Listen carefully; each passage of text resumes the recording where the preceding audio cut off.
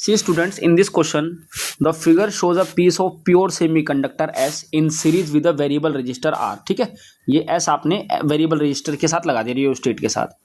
A source of constant voltage V same है आपका. Should the value of R be increased? R की value increase करनी चाहिए या डिक्रीज करनी चाहिए in order to keep the reading of ammeter. Ammeter means current. Ammeter current यानी कि करंट को आपको सेम करना है, कांस्टेंट करना है. कब? जब आपने एस को हीट करा है, सेमीकंडक्टर को हीट किया है. कैसे करेंगे बच्चे?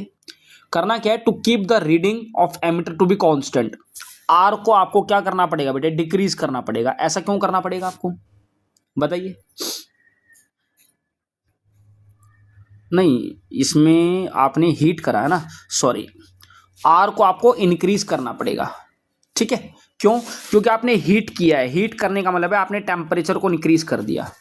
और टेम्परेचर को इंक्रीज करने के लिए, सॉरी, टेम्परेचर इंक्रीज करने के साथ साथ सेमीकंडक्टर का जो रेजिस्टेंस है वो क्या हो जाता है? डिक्रीज हो जाता है.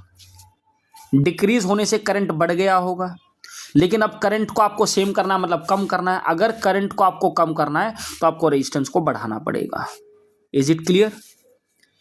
अब सेकंड क्वेश्चन जो इसके ऑप्शन में आया था पेपर में, क्या कह रहा है बेटे? ये ए आपको दिया हुआ है, ए के कंपैरिजन में बी और सी आपको बताना है कि कौन सा आपका फॉरवर्ड बायसिंग और कौन सा रिवर्स. ध्यान रखना बेटे, रिवर्स बायसिंग में बैरियर पोटेंशियल जो होता है इंक्रीज कर जाता है. देखिए, इसके कंपैरिजन में ये इंक्रीज कर गया है और इसके कंपैरिजन में ये वाला डिक्रीज कर गया. दैट मीन्स ये रिवर्स बायसिंग है और ये आपका फॉरवर्ड बायसिंग है.